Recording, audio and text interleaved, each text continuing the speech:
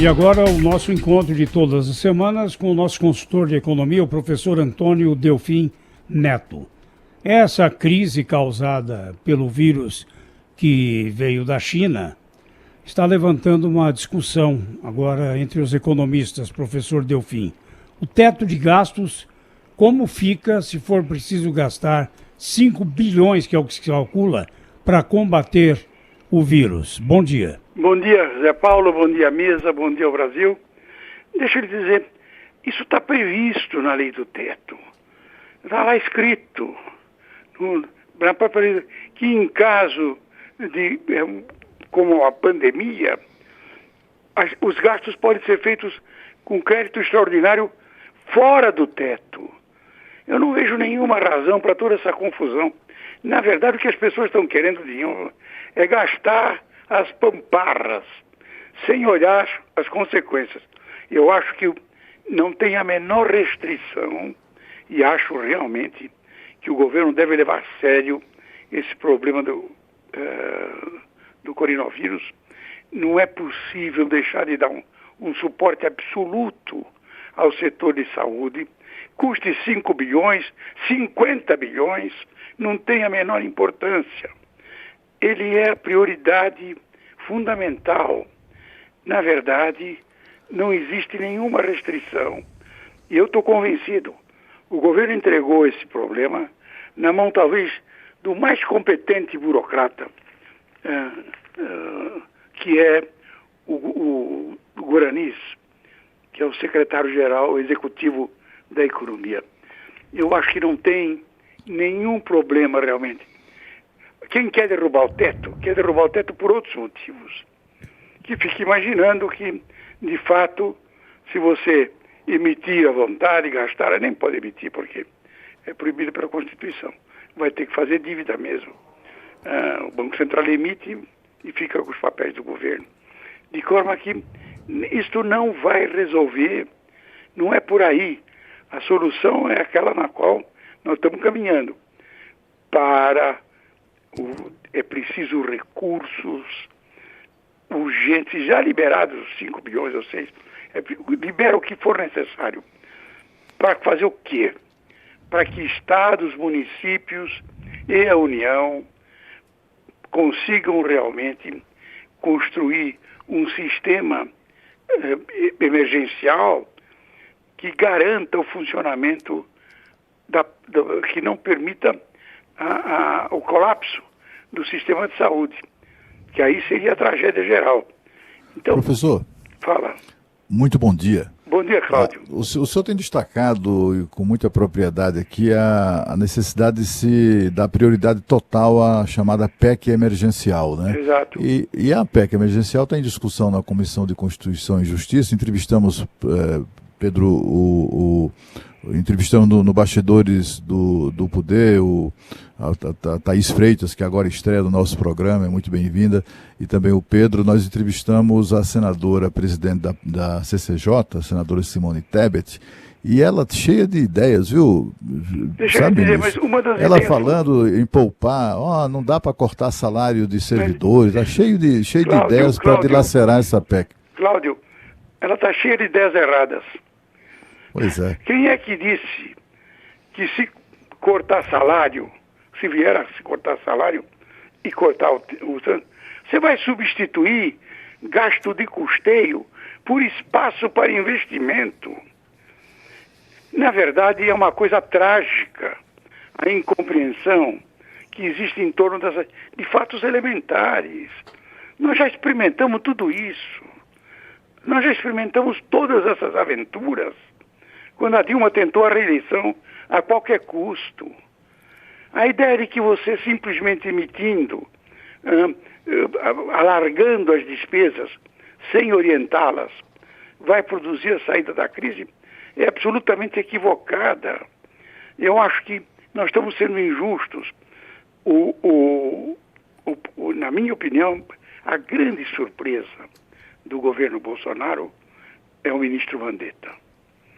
Tranquilo, seguro, obedece à ciência, tem tudo aquilo que o governo não tem. É preciso, portanto, que que lhe sejam entregues os recursos, Cláudio, necessários. Não é só a União. Agora é hora de ajudar os municípios e os estados para montarem, cada um deles, o seu aparato mínimo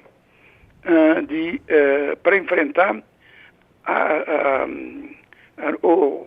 crise e rezar para que essas medidas de contenção não permitam que em algum momento o pico da crise não possa ser atendido pelo nosso equipamento de saúde. Quer dizer, se você estiver despreparado, vai colapsar. Nós estamos vendo isso na Itália, estamos vendo isso nos outros lugares. É muito difícil de entender, porque as pessoas hoje, com toda razão, veem no Bolsonaro uma figura sinistra. Ele ter ido a essa reunião, se abraçado, beijado, e pior, levado o diretor da Anvisa junto, mostra que é um bando de inconsequentes. Mas o governo está se comportando com consequência. Professor, o que é que pode ser feito agora para atender pequenas e médias empresas, como restaurantes, salões de beleza, enfim, a gente não sabe quanto tempo isso vai durar. A orientação é para as pessoas ficarem em casa. O setor de serviço, que é responsável pelo PIB de praticamente toda a cidade de São Paulo, vai sofrer dramaticamente. Uma parte da indústria, por exemplo, setor de aviação. O que é que os governos, o nosso aqui especialmente, pode fazer para evitar uma quebradeira, um problema mais grave, professor? O máximo que ele pode fazer é esticar um pouco os prazos de recolhimento de impostos, financiar algumas dificuldades. Não vamos entender o seguinte: nós estamos diante de uma crise que é uma crise de oferta, ou seja, por conta do coronavírus, a oferta de bens e serviços vai cair. E por conta do ajuste que nós precisamos, a demanda também vai cair. Então, a única coisa que você pode dizer é o seguinte: nós vamos tentar acomodar a situação dentro dos limites dos recursos existentes, mitigar as consequências desse processo. Agora, nós não vamos poder impedir o processo. Vai realmente ter uma queda de produto e provavelmente uma pressão deflacionária. Mas eu insisto, a lei do teto e a emenda emergencial 186 elas têm uma previsão no caso como este, de uma pandemia. Não haverá necessidade de destruir a lei do teto para poder atender aos recursos necessários da pandemia. Basta aprovar, na verdade, um empréstimo, um dispositivo extraordinário para atender isso, e não tem nenhum problema.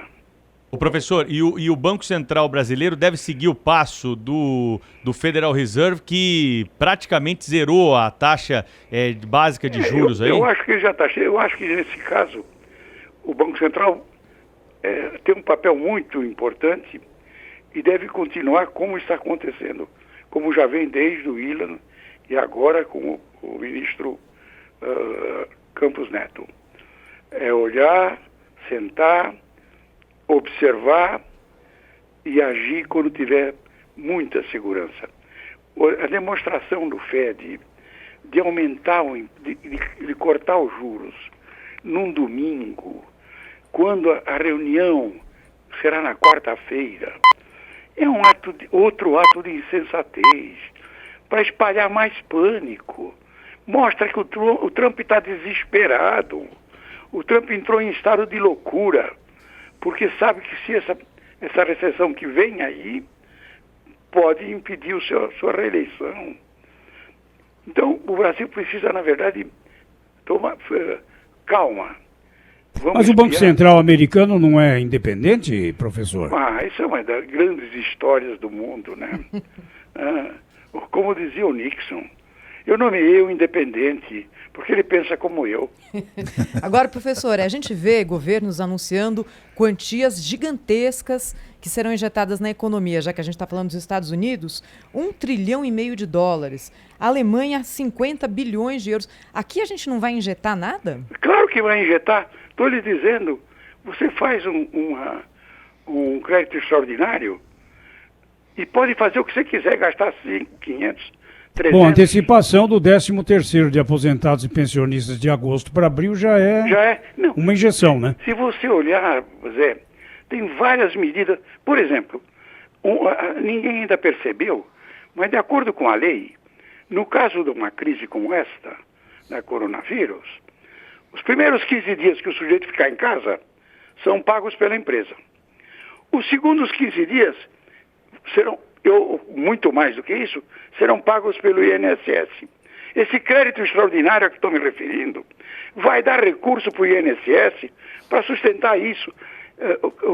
Infelizmente, Zé, as pessoas não estão prestando atenção para o que está sendo feito, porque o governo Bolsonaro adquiriu uma reação